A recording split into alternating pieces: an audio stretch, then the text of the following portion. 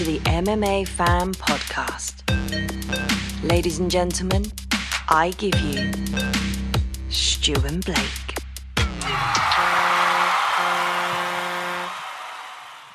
Hello and welcome to the MMA Fan Show. I am Blake Harrison and joining me as always is Stuart Fan. How are you, mate? I'm all right. You're looking a little older today, mate. How fucking dare you, Whiffin? Well, I am. How old are you, I'm a whole mate? year older. How old are you? I'm bloody 40, mate. Look at that. The old 40 now, mate. You know there is a lot of people. Everyone that watches this show, that last time they saw me was in a school uniform, I know. being a Wally, and they're like, what? He's how old? What the hell?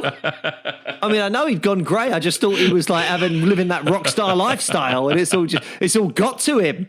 But no, it's just age. Yeah. I'm just getting haggard and old with just age, living a very healthy lifestyle and still aging like cheese. Yeah. So there's a lot more. There's a lot more dark hair on your side of the screen than there is on mine, mate. So enjoy it. But there's also like a good 10-year difference. So, you're being kind there. I think there's 12. Are we the combined oldest pairing of an MMA hosting 100%. duo? 100%. Do you reckon we are? Because like when you think about MMA duos, like I reckon Sean Sheehan's younger than me. Definitely. And I know I can't remember who he did. Is it Ian O'Neill he does it with a lot? Yeah. And then you've obviously got Nick Pete and Adam Cattrall. I'm sure they're both older than me.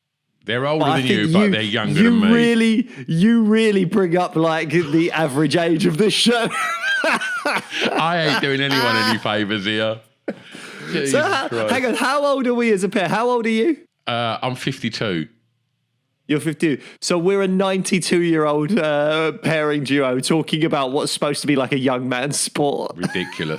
Ridiculous. There's probably other podcasts out there that have a combined age of like 38. Probably. And we're 92. But are they down with the kids? And eating freeze-dried sweets? Is it all kicking sweets? off on their TikTok? Exactly. We're popping off on TikTok. We're sponsored by a freeze-dried sweet company. So who are the sponsors, Blake? Who are they? They are Fat Candy. There we go. I wanted to hear you do that. Go and check out Fat Candy. They're the sponsor of this show. And while you're over on their little website, or go follow them on Instagram or TikTok, where it's all popping off, and use that discount code SWEETMMA. That's Sweet MMA. Save yourself some money getting some freeze-dried sweets from sponsors of this show, Fat Candy. Right. We have got a lot to talk about today. We've got a huge event coming up this weekend, but there's been some big news this week, hasn't there? There has. Here we were just thinking, right, pre-317, standard stuff, watch a couple of fights, talk about what's going to go down on International Fight Week, Topuria versus Oliveira, and then lo and behold, at a press conference in Baku, Azerbaijan, the wait is over. The saga is complete. And it's all, quite frankly, anticlimactic because Dana White announces, not at the start of the press conference, but about halfway through the press conference when asked about the heavyweight division, oh yeah, Jon Jones called us yesterday. He's retired. Tom Aspinall is now the heavyweight champion of the world. Anticlimax is the right word. Oh my God. What? Just all the air was let out of the balloon. I mean, don't get me wrong. That balloon was looking pretty shriveled anyway, because for a long time we've been saying on this show, we're hopeful that the fight happens, but the likelihood is we don't think it is. We do think Jon Jones does not want to fight Tom Aspinall. And there you go. It's all done. For all those people out there that were saying John's ducking, yeah, I guess you were right. For all the people out there that were saying, that Dana's guaranteed it, it's definitely going to happen, stop having a go at Jon Jones, you were wrong.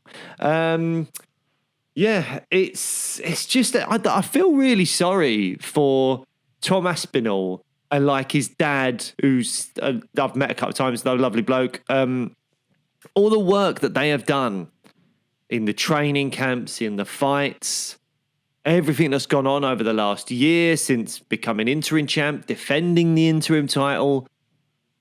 And you don't get any kind of ceremony. You don't get any kind of big fight announcement. You don't get to unify your interim title with the undisputed title in some kind of glorious way.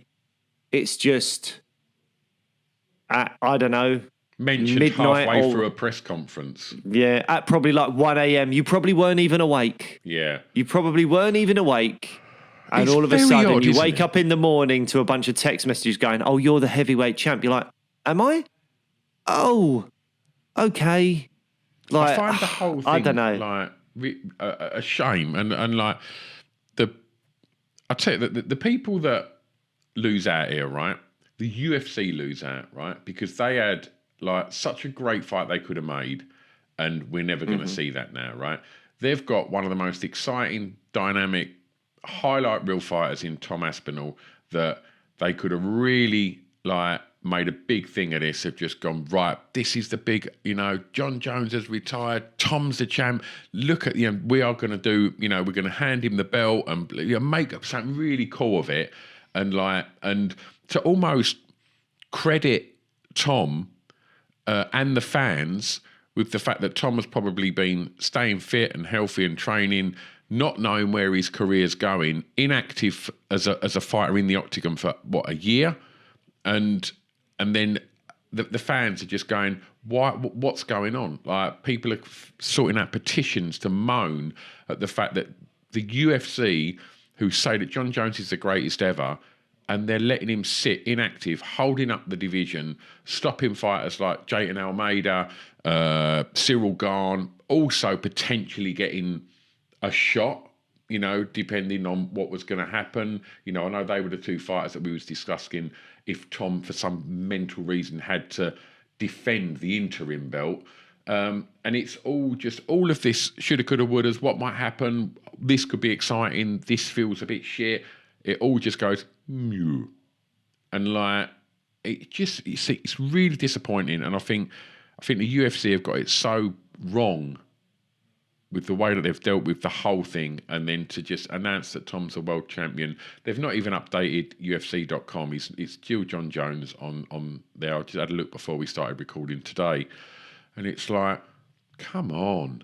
Like, Tom's done nothing wrong. He said he'd fight Jon Jones any time, and he's destroyed everyone else in that division, bar, I guess, Gane and Almeida. I just think the whole thing's a bit shit. And, I mean, one of the other things that come out very quickly around the time of this announcement that he'd retired was another criminal. Was it a charge? Was it a charge? Yeah, we'll get to that. We will get to that. I just wanted to just say on just to stick with Tom for a second. Dana White did come out and say that they are going to sort of make it right with Tom, which throws up the question of like, does that mean more money? Does that mean they're going to get him a fight straight away? Are they going to do something? I don't know. Are they like? I want us to get on to. Do you know what? Let's move. I wasn't going to ask you this, but I'm going to ask you. I was going to ask you this later. I'll ask you it now. When Dana White says they're going to make it right for Tom, that makes me think, okay, so you're either going to give him a fight ASAP.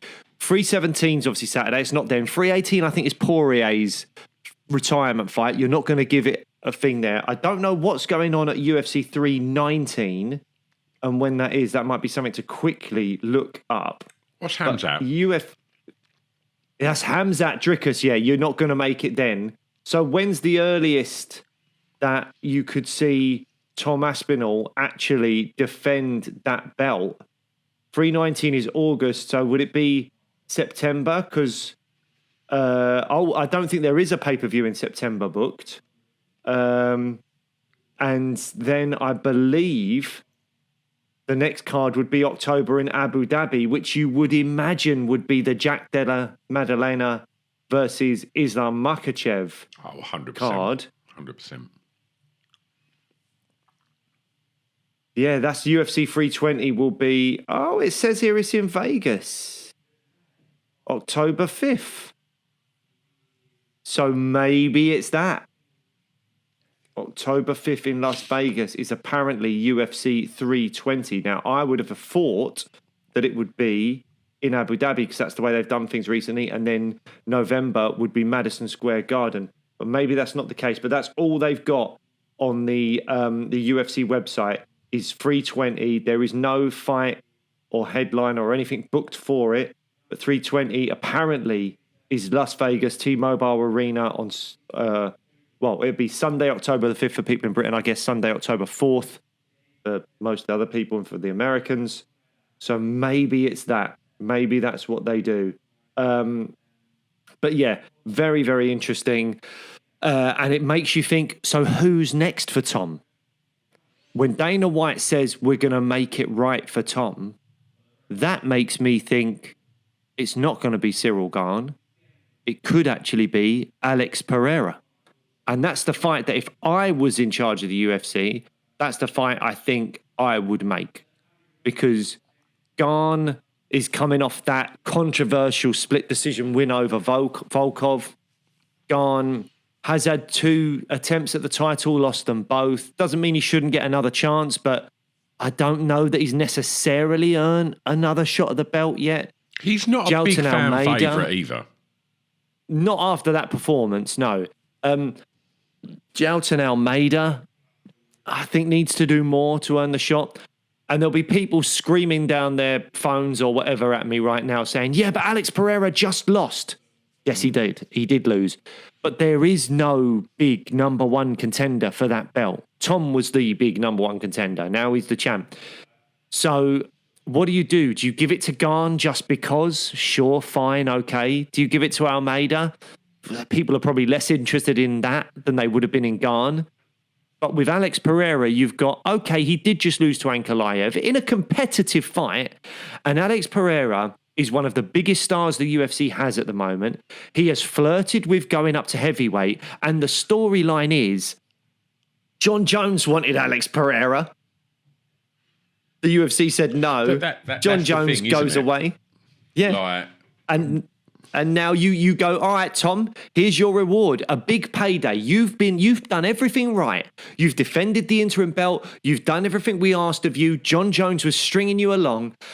Gane won't give you the big payday. Almeida won't give you the big payday. Alex Pereira will give you the big payday. And it's a fight that fans will get super excited for. And let's not be, naive about this. Alex Pereira, bulking up to heavyweight, still will have huge knockout power. It's an interesting fight. And if Alex Pereira wins that fight, he's the first ever triple weight champion. It's a huge storyline to go with. People will more than likely buy that pay-per-view over Gane versus Aspinall or Almeida versus Aspinall. And I think that could be the fight to make. When Dana White says we're going to make it right for Tom Aspinall, maybe that's what he's talking about.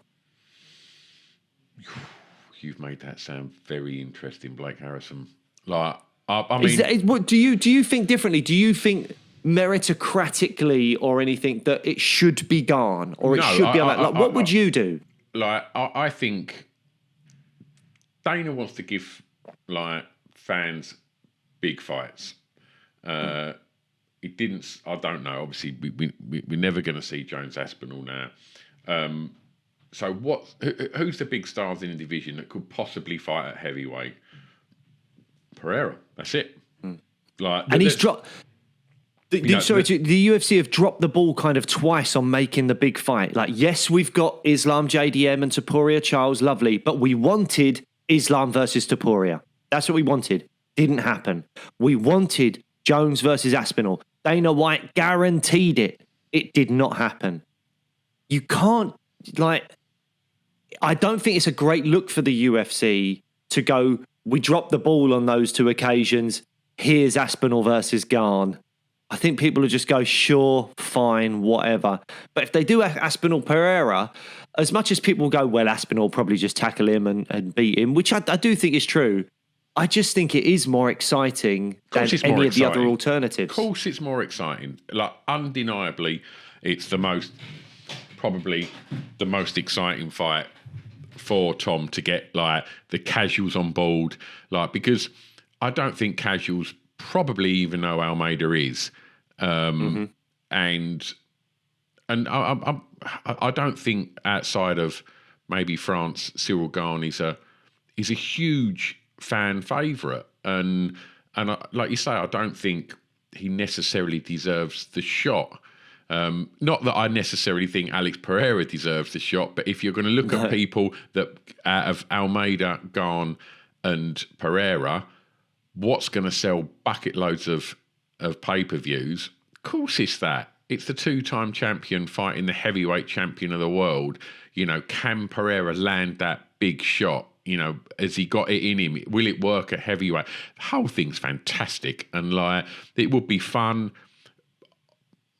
Is it on paper the right fight to make? Probably not, but I think fans will react to that, and it will get so much more traction than Gane or Almeida.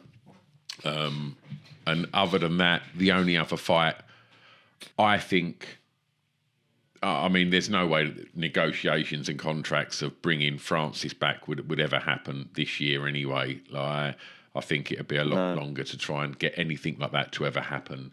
If Dana White and the UFC would ever entertain that again, or if Francis had entertained that again, I just think get Tom Aspinall fighting, keep him active, because he's the heavyweight champion of the world now, and so I've read into a little bit before we started this about Jon Jones, because it doesn't sound, again, his actions outside the octagon, whatever you make of the media and how it's reported and whatever else, even if 5% of the stuff that Jon Jones has done outside the octagon is true, it doesn't paint him in a particularly nice way.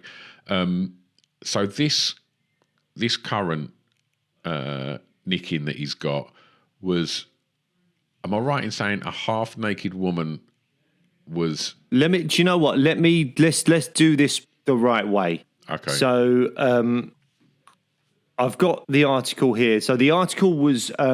this is about Jon Jones' latest incident where he's fled the scene of an accident. Okay. Something he has got history of doing in the past, where we got the famous one where it involved a pregnant lady. So this was reported by the Albuquerque Journal. Albuquerque, obviously where Jon Jones resides, and he's very famous there. Albuquerque's not necessarily the biggest place in the world, and so Jon Jones is hugely famous there. The Albuquerque Journal has written a lot of, or kept up to date, reported on a lot of what he's done, what Holly Holm has done, stuff like that. Those are Jackson Wink fighters and stuff like that. So I tried to get up the Albuquerque Journal article. Unfortunately, I couldn't quite get the whole of it up. It was only like half there. So I've had to go onto MMAfighting.com to pull up their thing. So I think it's good to cite our references. So he's been charged on the 17th of June for leaving the scene of an accident. Now, there was no great bodily harm or a death. It's a misdemeanor. But the date of the alleged incident actually listed as February 24th. So this was something that happened on February 24th. And somehow it's only just being reported now. Now, I actually listened to Helwani, and he spoke to the journalist that wrote the article for the Albuquerque Journal. And funnily enough, apparently, when Dana White announced that Jon Jones is retired, the journalist just typed Jon Jones's name into they have a police records thing that they can go onto as journalists, I guess. And he found that this was there from February 24th. So in a weird way, if the announcement of the retirement hadn't happened, this may never have gone public, which is another weird one, because you would have thought that the UFC went public with the retirement because this was coming out. But actually, it's the complete opposite. The fact that he retired has actually made someone go, oh, let me check that out. Oh, wow, there's something from February 24th that no one's reported on yet. So there's no word why it took months for formal charges to be filed, but Jones is due back in court on June 24th. Is that today? Yes, it is. Yes, it is today. So as we're recording this, I don't know when it goes out, June 24th, he's in court today. So they reported that the charges stem from a car accident where a woman was found in the front passenger seat of one of the vehicles involved, and she was exhibiting signs of significant intoxication and lacking clothing from the waist down. The woman reportedly told police Jones was the driver of the vehicle, but he fled the scene on foot. She then called Jones on the phone, and a police service aide claimed the person on the phone, who they believed to be Jones, appeared to be heavily intoxicated and made statements implying his capacity to employ lethal force through third parties. When a police officer spoke to Jones, he allegedly made allusions to violence as well, but never answered directly when asked to identify himself. The police say they eventually interviewed Jones in person a few days later. He claimed the woman found in the car had left his house earlier in the day and was intoxicated. Jones claimed she called him after getting in the crash, and the person handed the phone. And the person she handed the phone to immediately opened the conversation with unprofessional language, which led him to doubt the legitimacy of the individual's claim. The woman involved in the accident alleged she drank alcohol and consumed mushrooms at Jones's house, and stated she needed to change clothes, but her next recollection was being at the scene of a traffic incident. I'm just going to skim read some of the police report states Jones called the woman's phone a total of 13 times from the time of the crash until the next morning, and he also sent her text messages as well. So Jones clearly knows this woman. He's called her many, many times after the crash. And then it goes on to cite the previous situations that, are well documented about Jones being in a hit and run incident many years ago where he fled the scene, and one of the victims was a pregnant lady. But Jones has got so much previous that to me, I just believe this.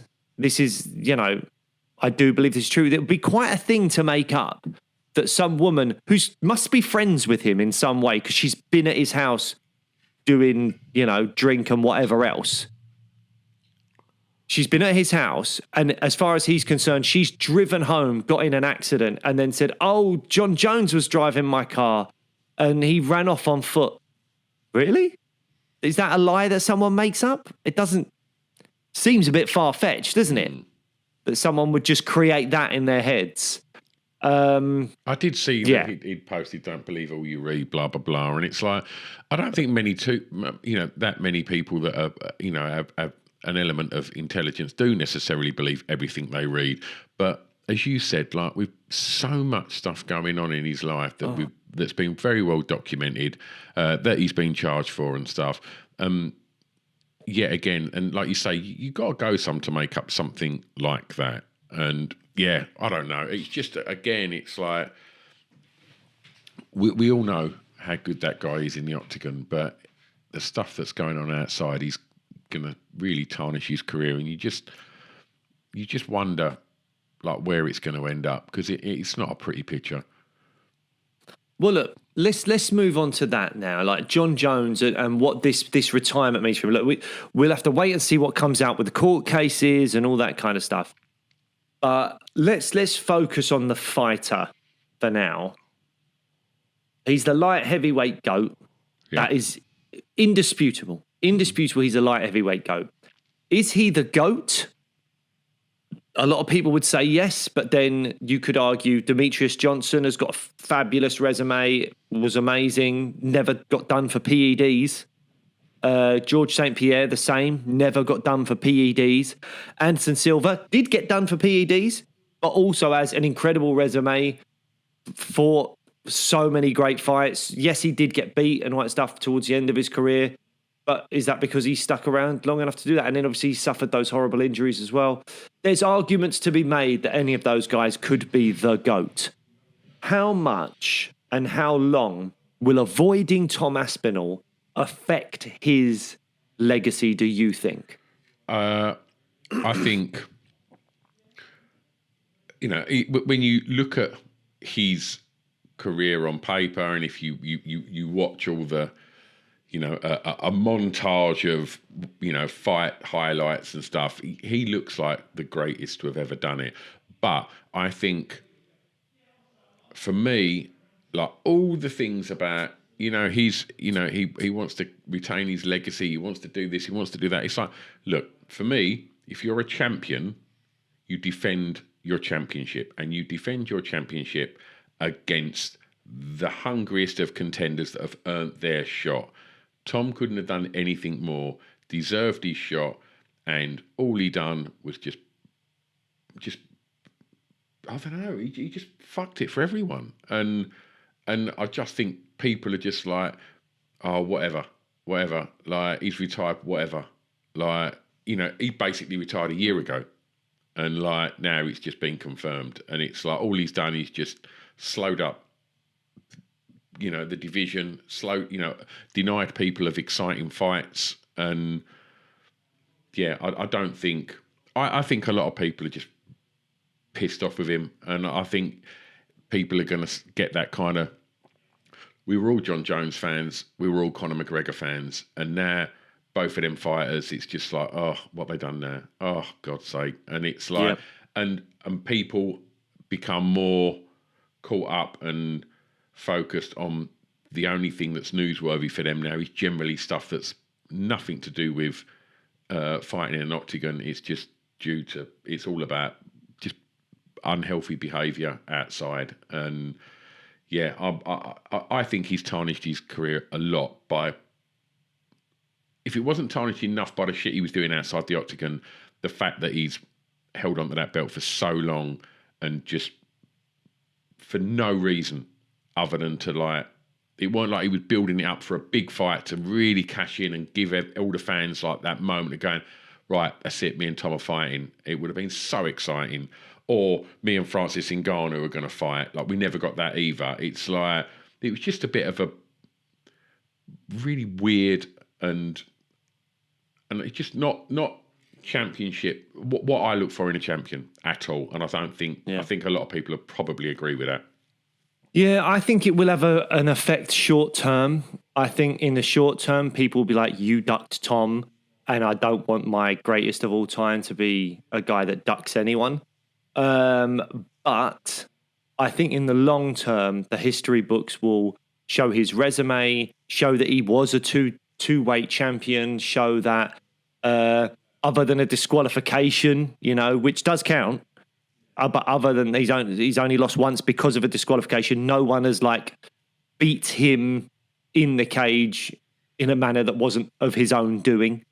And I think in the long term, he will be seen still by many, many, many people as the GOAT, and maybe rightfully so. It's definitely an argument to be had. I don't think it's nailed on that he's the GOAT. As a casual overview, I agree with that. But I think for anybody that then starts looking at the division and going like, oh, Francis Ngannou, so what? Jon Jones was talking about being a heavyweight at this point. Like, why didn't that happen? Oh, when did he move up to heavyweight? Oh, when that guy went. Oh, right. And then, but when he was a heavyweight, that guy that was beating everyone in one round, why didn't that happen? And so what did he do from 2024 to 2025?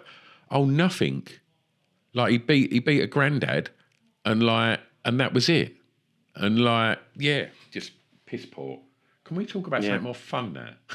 We can in a second. We can. I just want to make it clear because this is it now. The saga's over. We've been talking about this for about 8 months. So I think the saga is over now. And I think we just need to point out that Jon Jones, he did leave because of Tom. I've heard other people saying this as well, and I agree. Jon Jones said himself, I'd be excited to fight Francis if Francis came back. After the Stipe fight, it was like, Pereira, that's the fight. We both walk around at the same weight. We're the same age. Pereira's done so much. He's been a two-weight champion and blah, blah, blah, blah. He did not want to fight Tom. And the story is that he asked for big, big money for this fight, and the UFC eventually gave it to him. When it was Francis Ngannou, the UFC didn't give him the money he asked for, so he could say, well, they didn't pay me. But this time round, they did. They did give him the money. And apparently he agreed. Dana White said so himself that Jon agreed to the fight. And then a couple of days later, he said, actually, no, I'm out. He agreed to fight Tom and then withdrew. He asked for big money, expecting not to get it. Then he did get it. And and he said he wants to fight Pereira. He said he wants to fight Ngannou. Even really recently in tweets, he's been saying he'd rather fight those guys. It's Tom. He doesn't want to fight Tom. That's not to say that he's scared of Tom and wouldn't fight him in a street fight, but he knows that in the octagon, he's got a high chance of losing, and he's worried about that legacy. We've said it on this show before. He doesn't take massive risks, Jon. He is someone that when he was scheduled to fight Chael Sonnen on short notice, he said no, and the whole card had to be pulled. The UFC's like never done that since, or maybe even before. The whole card had to be pulled because Jon Jones said, no, I'm not fighting Chael Sonnen on short notice. He's not Islam Makhachev, who's like 3 hours notice or whatever it is to fight Moicano. Yeah, bring him here. I'm the best in the world. I'll take him on. 12 days to fight Alexander Volkanovski. Yeah, I'll do it. You've just described a champion and somebody that has not got that champion's approach to it, Yeah. And Islam's a champ, and Jon Jones just doesn't ever show that champion's like kind of what fans want from a champion, that they will just go, all right, you're the contender, let's do it. I'm gonna, that he wanted to protect that legacy, and yes, by calling out Francis, who we know can't really wrestle, or Pereira, who we know, is a smaller fighter, and Jon Jones took 6 years or whatever it was to become a heavyweight, and if he fights Pereira, he's clearly going to wrestle Pereira because Pereira's skill set is not wrestling, and that's what he's going to do. If he tries to wrestle and go to the ground with Tom Aspinall, it's a different ball game. It's a much more even fight because Tom is very dangerous on the ground as he is standing, and I just think, I agree with you. He just didn't want that heat. Like, I wasn't punching the screen, then a fly flew in front of my... I was wondering if there's a fly going on. But yeah, the other narrative that Jon Jones likes to put out there is that, there's always another one. There's always another contender they think can beat me and all this kind of stuff. And I'm like, I'm not sure if that's true. You defended the belt against Anthony Smith, Thiago Santos, Dominic Reyes, who at the time of the fights, no one thought could really beat you. Really. And did beat him. And Dominic Reyes then did in a lot of people's eyes. I don't believe it's that, because I believe if he was like, I can fight Marcin Tybura or Sergey Spivak or whoever, I'll fight them. I think he'd stick around and defend the belt. He's saying there's always another one. There isn't. Tom is the interim champ. Tom is the guy who we think, most pundits and people in the MMA space think Tom Aspinall could be a long reigning heavyweight champion because we think he's really, really good, but also the rest of the division isn't that great. So there you go. It's one guy. You beat Tom and you retire. No one is turning around going, yeah, but you avoided Almeida, or you avoided Spivak or Tybura or, I don't know, Cortez Acosta or whatever it is. Cortez Acosta. Is it like you're not? No one is saying that. We're all saying Tom's the guy. And when you deal with Tom, there is no one else. Like there literally is no one else. No one's going to say, yeah, but you missed out. You didn't fight Volkov. Like he's the guy. And there isn't another one coming up. This would, in my opinion, this would have done so much for Jon's legacy. If Jon had gone out there and beat Tom Aspinall and then gone, that's it, guys. I'm done now. I think you'd have to go, man, whatever he's done outside of the cage, I know is terrible, but that guy is the greatest fighter to ever step into the octagon. Absolutely. Just hands down, it has to be said. But now you're like, yeah, but you were a bit choosy and you had this amazing run in your 20s of fighting, and we talked about win streaks last week, like Rampage Jackson and Rashad Evans, Lyoto Machida, Ryan Bader and Shogun Hua and all these great guys, and Daniel Cormier, and You did so well, and we were all in awe of it. And then, you can look at Anthony Smith and Thiago Santos, which was a very close fight. Even Thiago Santos had knee injuries in that fight. You look at Reyes and go, I think Reyes maybe beat you. And then you look at Gane, and yes, at the time, a lot of us thought Gane was really, really good. And it's not a bad win. It's a good win. Gane is a good heavyweight. But then Stipe Miocic, who had 4 years out of the cage, the back end of his career is not amazing. And I know that's not totally his fault, because light heavyweight didn't have great contenders towards the end of his run. At the start, it was great. At the end of his run, they weren't great contenders in the grand scheme of the history of that division. And then heavyweight, we're going to look at it as, well, Tom was the only guy that everyone was super excited about, and you avoided him. So, yeah. Anyway, let's move on. How long have we... this was supposed to be talking about UFC 317, and we've spent 35 minutes talking about all this. But it's important. This saga's been going on for a long time, and I do hope our connection issues haven't been a problem for you over there, because I have seen some stuttering and stuff like that going on while I've been jabbering away. So hopefully it's not been too bad. But shall we move on to UFC Ilia Topuria 317 versus... Yes, Ilia Topuria, Charles Oliveira. How excited are you about this fight? Because it was supposed to be, in our eyes, Islam Makhachev versus Topuria. That's what we all wanted. We have spoken a little bit about this before, but now that this fight is here, Ilia versus Charles, how excited are you about this fight? I watched the UFC's like kind of pre-show thing on it this morning. What, the countdown? Yeah, the countdown show. That's the one. And it just got me super. I love Oliveira. Like, yeah, one of the most exciting champions we've had in recent years. He was great. Nicest dudes as well. And and I watched it, and then I watched a big highlight reel of both fighters actually. And I'm really excited for this fight now. I really am. Look, I think if Topuria does something special and then starts to, basically start to dominate that lightweight division, like there's absolutely no way that we will not see Makhachev versus Topuria. That fight will happen at some point. I believe so.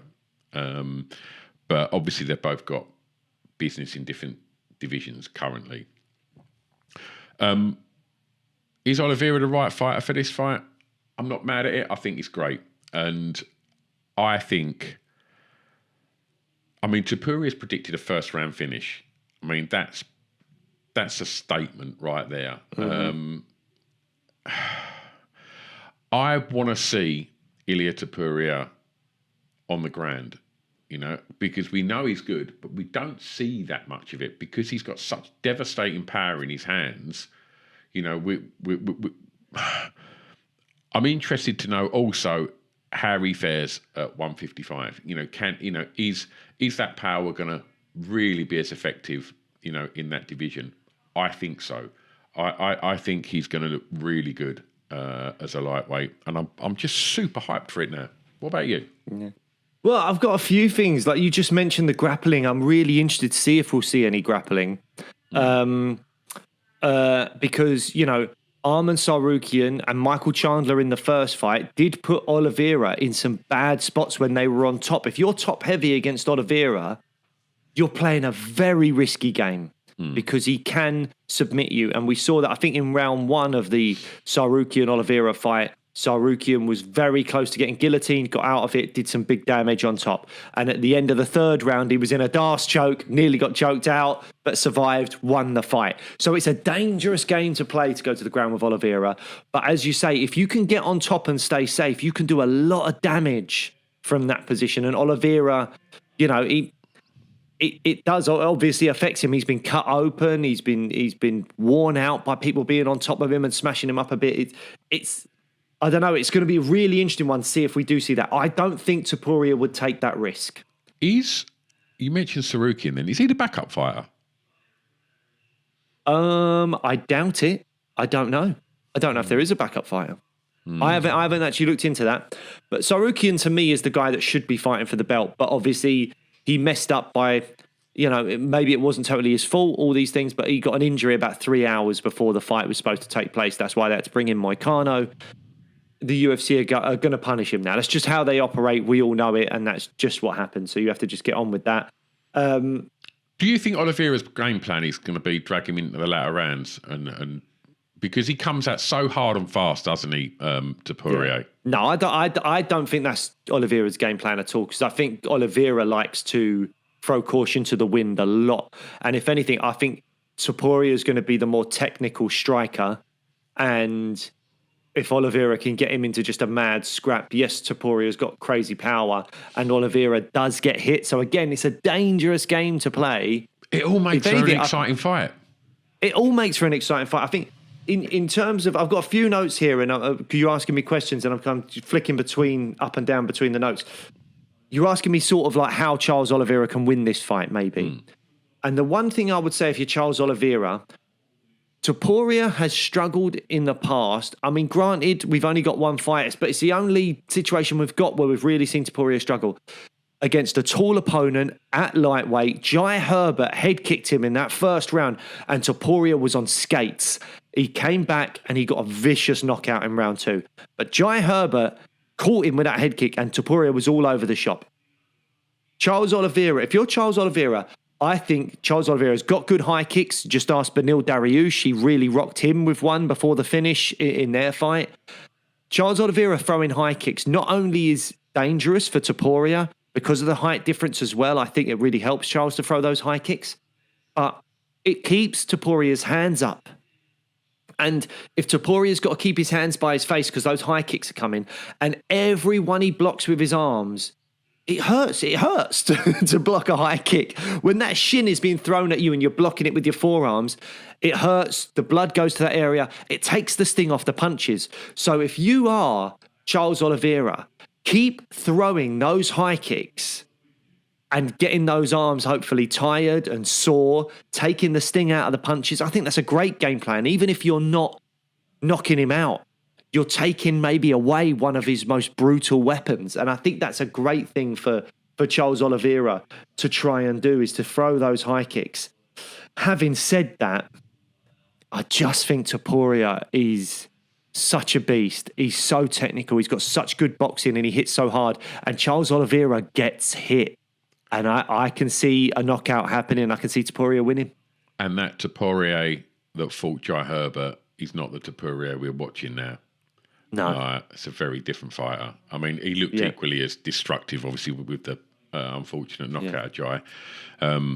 But, he has progressed ridiculously to, I think, one of the most exciting fights in the UFC currently. Do you think we're underestimating the size? Well, difference? I don't know. I do think that he's going to look all right at 155. I'm looking forward to the weigh-in and some face-offs just to get a bit more sort of perspective on it. Speaking of Topuria, right? If he was to lose, what do you think? How does that reshape the lightweight landscape for him? Well, do you think he drops back down? I don't know. If he loses, what's the big fight? I don't think Paddy, so. Right? I don't think so. I think there's a huge fight for him with Paddy, and I think he would see that as a winnable fight. I think there's more for him to achieve in terms of greatness by staying at lightweight and trying to get back to the title shot. It's a really interesting question. I don't know. If Ilia Topuria loses, what does he do? Because if he goes back down, he could walk into a title shot straight away despite coming off a loss. Mm-hmm. And I'd favour him to beat anyone at that weight class. Yeah. And if he wants to just be a champion, that's something you could just do. But he has said the weight cut is a bit too much. And I've seen stats and stuff on Instagram about him walking around at or not walking around, but fighting. So not even his walk around weight, but when he's rehydrated and gets into the cage, his last fight, was it against Max? His last fight, he was walking into the cage at 178, 179, something like that. So, and he was cutting down to 145. Yeah. So he's he rehydrates and he's a big dude in that cage. Yeah. So I think he maybe would stay at lightweight. I don't think he wants to do the cut anymore. and I can't blame him. But if he wants to just be a champion, yes, you go back down. But it's a very interesting question. Here's another thing that I wanted to ask you. Does Islam Makhachev's shadow loom large over this division? And my answer to that would be, if Topuria wins, no, because I think we're all excited about Topuria and we're sort of thinking, well, they could fight each other and Topuria could win. So Topuria becomes a proper, legit lightweight champ. And if he defends the belt a few times, we obviously remember Makhachev for being great, but the shadow doesn't loom large over it. We don't go, yeah, but. Whereas if Charles Oliveira wins, I think there's a lot of people going, yeah, but Islam. Yeah. Can you imagine if Topuria does win and Islam wins, like, will that be the first time that two weight champions have fought each other? Ooh. My knowledge of history of the UFC is probably not good enough to answer that question, but maybe. Henry, trying to think. Well, yeah, it must be because there's not been many. Who's all the two-weight champions? Conor. I mean, obviously Daniel Cormier. He never fought another two-weight champion because Jon Jones got the belt afterwards. Amanda Nunes. There's not been another female two-weight champion, is there? So no. Henry Cejudo. I don't think he fought any two-weight champions. Obviously, was it? TJ Dillashaw tried, didn't he? He came down. That's when he got done for the performance-enhancing drugs or whatever it was. I'm probably forgetting a couple of... Obviously, Conor never fought a two-weight champion. And then Randy Couture was not a simultaneous champ, but he was a two-weight champ. Jon Jones. Trying to... Yeah, so I think you might be right. So that makes that super marketable. I mean, it's an exciting fight without belts. To then have two-weight champions finally fighting. I'd almost be like, sorry, I'd almost be happy to see like Makhachev wins, Topuria wins, both of them defend the belt like twice, and then they just go, right, pound for pound number one, let's go Islam versus Topuria at like 163 pounds. Yeah. Or something like that. Just do something. No belt needed, just to be pound for pound number one. That would be a cracking fight. Do you want to move on, or have you got something you want to talk about? I just want to double check. Is there a backup fighter? Is there a backup fighter for... That's what the podcast listeners want to hear. My inner monologue. You typing into your phone, is there a backup fighter? Wow, this has hit a new low, this show. Arman Sarukian getting the assignment as UFC 317 title fight backup would seem like a positive step for his career, but all right. So that doesn't mean he's out of the dog. All right. Oh, yeah, it would appear he's named as the backup fighter. Okay, well, if he makes weight and he's fit and healthy and all that stuff, then maybe he is showing the UFC willing, and that's a good thing for him because he should be getting a title shot soon. Let's move on because we've been going for ages and we're only now just on the co-main event of the evening. Alejandro Pantoja is defending the belt against Kai Kara France. Kai Kara France only on a one-fight win streak, but to me, this is the right fight to make. Yeah, I agree. He's lost to Moreno. No shame in that. That was for an interim title at the time. And then he lost to Albazi, which was very controversial. I think I scored that for Kai Kara France. A lot of people did. And now he's coming off of the KO victory over Steve Erceg. And we all know the UFC rewards finishes and finishers. There wasn't many other options because Pantoja is doing a very good job of sort of clearing out that division at the moment. And this is a rematch, isn't it? This is, it's got a little bit of history. Technically, it was an Ultimate Fighter fight 10 years ago. Yeah. So it doesn't feel like a proper rematch to me. Both guys, obviously, very different fighters now. And also, Ultimate Fighter is like, unless you're fighting in the final, which I don't think they did, then it's like an exhibition fight, isn't it? Because it can be just 2 rounds and stuff like that. Yeah. So yes and no, it is a rematch, I guess. But yeah, I mean, go on. to see this play out, I'm curious to know how you see it, because for me, I think there's two ways this fight goes, and for me, I think basically Kai's got to try and knock him out early, because I think if Pantoja starts getting his grappling in place, and I think he drags him into into the trenches, and I don't think Kai's coming out on top from there. I think you've hit the nail on the head. Yeah, I mean, don't get me wrong. Kai Kara France could probably knock you out in the 5th round. Like, as long as this fight's on the feet, he's got a chance because he does throw with power. The thing that worries me is, yes, if Pantoja gets the grappling going, or it could be a long night for Kai Kara France. He does not want to be on the floor. But in his defense, he did relatively well outside of maybe the first round against Askar Askarov, who's a really good grappler a couple of years ago. And he trains at City Kickboxing, where you look at those fighters, Israel Adesanya, Carlos Olberg, Dan Hooker, they're all guys that want it on the feet. So they drill the takedown defense probably more than any other gym. So he's going to be well prepped for that. It's just whether he can actually keep him off him. Because the other thing with Pantoja that is just must be awful to fight against is he's a bit of a zombie. He can take punishment. And even when he looks physically exhausted, he still keeps coming forward and throwing strikes. And it must be so demoralizing and exhausting to fight Alejandro Pantoja. The guy is an absolute zombie, and he just keeps coming forward. And he's also so skilled. He can still strike very well. Just to and his interrupt you grappling's there, great.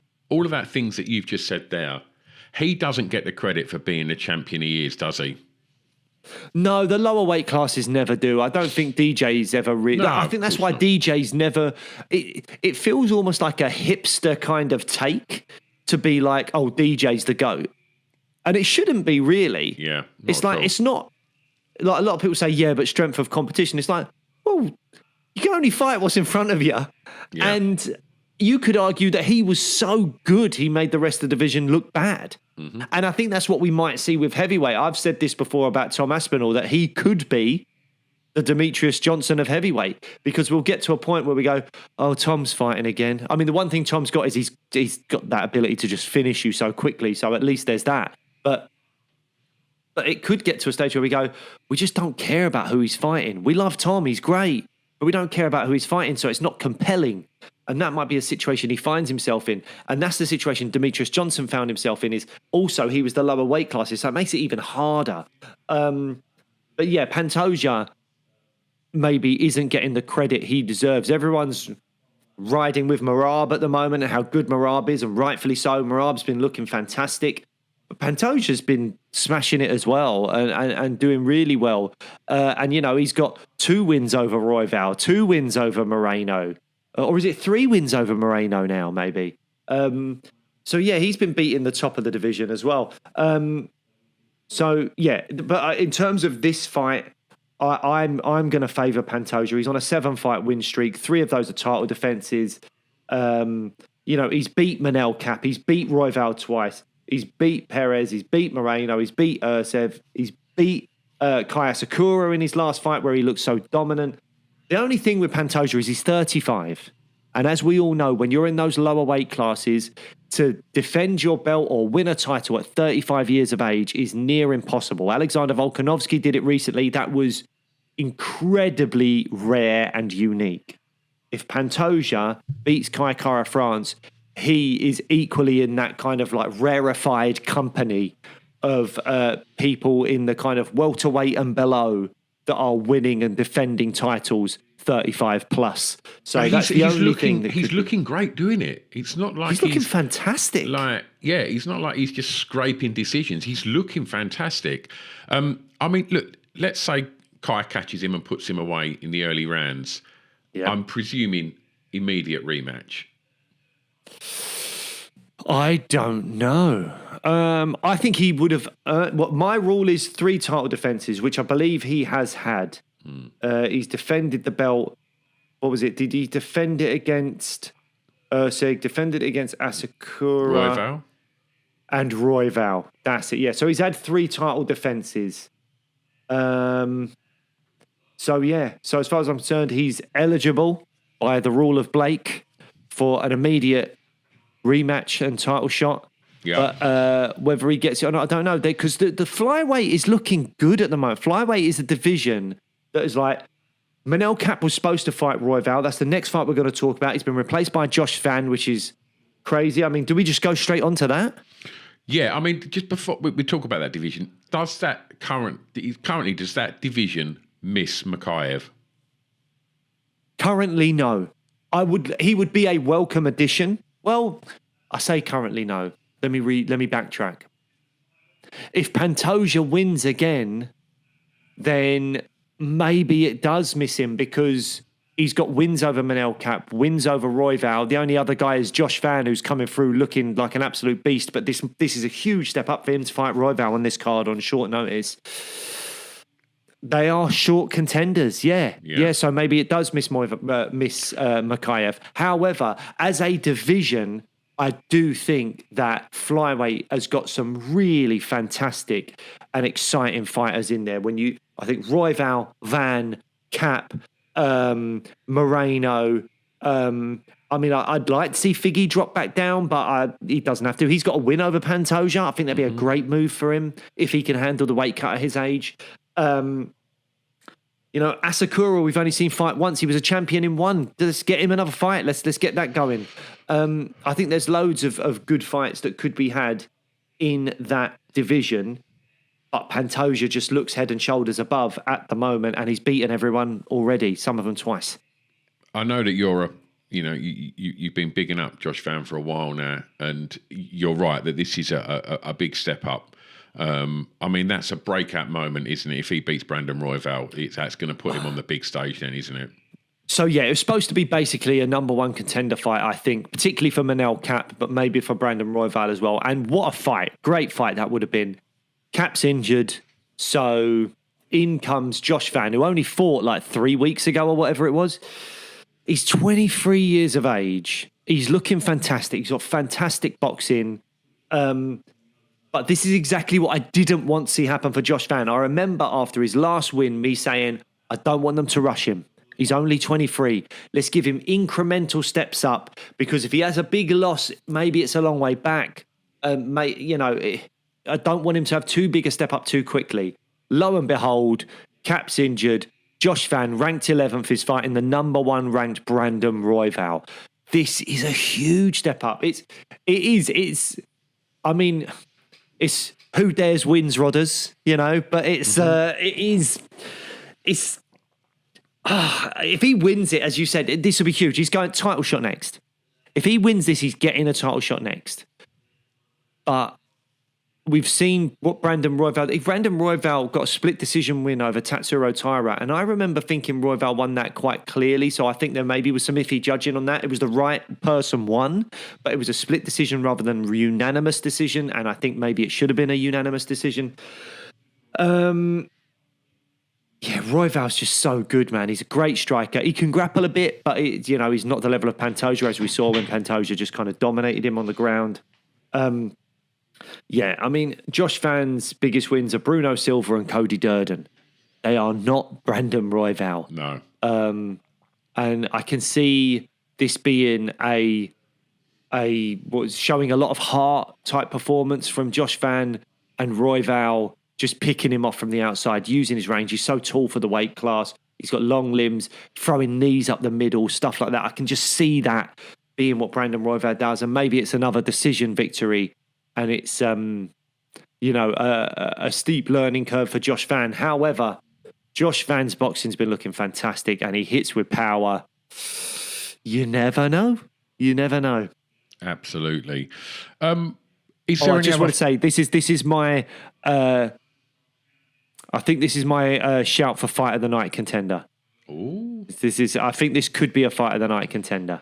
Okay. I think it could be a lot of fun. I do think it's a steep learning curve for Van, but I think he'll put on a heartfelt kind of dogged performance, and it could, we could see something fun in this fight for sure. Well, look, we've hit the hour mark. What other fights did you want to touch on that from the card? Right. Jump in when you want, but Dariush Moicano, fun fight. Both guys are limited on the feet, but they do bring it on the feet, and they're both fantastic grapplers. So if this goes to the ground, I think we're in for a treat. It's not going to be a lay and pray. I think it's going to be a really interesting grappling exchange. And if it's on the feet, it'll be a bit scrappy, but it'll be fun. So I think that is going to be a really great fight. Dariush lost 2 in a row now, but to Oliveira and Arman Sarukian. I mean, no shame in that at all. I think this is an opportunity for Beneil to remind people that he's a legit contender. Yeah, I mean, I would say the loser of this fight will never, ever fight for a belt again. Both are 36 years old. The chances are neither of them is going to fight for a belt anyway. But the loser of this, that's it. There's no way the loser of this fights for the lightweight title. Peyton Talbot is coming back after a tough loss against, I think, Bahani Barcelos. And he's fighting Felipe Luma, who's 2-0 in the UFC and on a 14-fight win streak overall. Lost his pro debut and then is in on a 14-fight win streak. 2 of those in the UFC. Not an easy comeback fight for Peyton Talbot. No, you were hoping that tough return. Yeah, you were hoping they'd give him something a little bit easier. Let's hope Peyton Talbot has sorted out that grappling and takedown defense, because that's the blueprint now. You look at Peyton Talbot and you go, that guy's great on the feet. He's really, really exciting. I think he could be a potential star for the UFC, but if you've got the blueprint to take that guy down, and that's what you do, that's it then. He's just going to become a guy that's never even going to break like the top 15 because he just won't have the takedown defense to keep people off of him.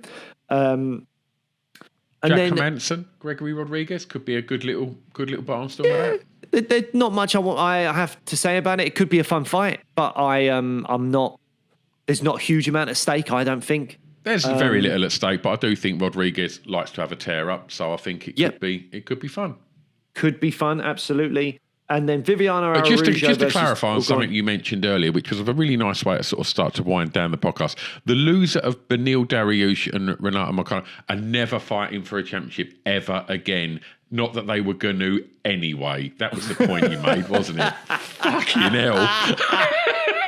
I didn't mean it to come out that harsh. But it's kind of true. They're both fucked. That's it. Well, look, the winner has a chance. The winner has a chance to fight for a belt. The loser might as well retire. They can still earn a payday. At 36. I'm not saying they need to retire. They can still earn a payday and live a happy life and feed their families. No one will be interested. No one's bothered. No one's watching. I will always be interested in Beneil Dariush, and people love Money Moicano. Moicano wants money, and he can get that money. But he won't get that belt. And he won't get that money from Blake Harrison paying up for a pay-per-view because he's not interested. But look, ranked flyweights. Viviana Araújo ranked 8th. Tracy Cortez ranked 10th. Cortez was on a 5-fight win streak until she ran into Rose Namajunas. So she's been looking good, but she's coming off a loss. Araújo, on the other hand, going very hot and cold lately. 2-3 in her last 5. It's the kind of fight that, again, to potentially sound harsh, if Cortez wants to fight for a belt, she's got to get past the Viviana Araújos of the belt. If she wants to be taken seriously as a contender, Viviana Araújo, who is 38 years old, you need to get past her, and that's what we want. We want the division to be freshened up. No shade on Araújo, but Tracy Cortez is 31. She's a bit more exciting. She's been on a win streak recently, as I said, until running into Rose Namajunas. These divisions need new fighters coming through and getting into top 10s. Tracy Cortez hopefully gets the win here, and we see that. Couldn't agree more. Well, look, we'll be back next week to discuss all the action, seeing if any of our predictions or any of the chat that we spoke about has, if it sort of shows any clarity as to what actually happens. But that's what makes it exciting. So we'll be back next week reporting on everything that goes down. Anything else you want to add before we finish? Anyone else's career is pretty much finished unless they get a big win? No, life starts at 40, mate. Life starts at 40. That's what they say. Here we go. Let's fucking go. LFG. Let's go. Shout out to all my 40-year-old brethren. One time. I don't think there's any of my 52-year-old brethren listening or watching. I think that's safe to say. We'll see you next time. Thanks ever so much for listening and watching. And we'll catch up after the weekend. Thank you. Bye, guys.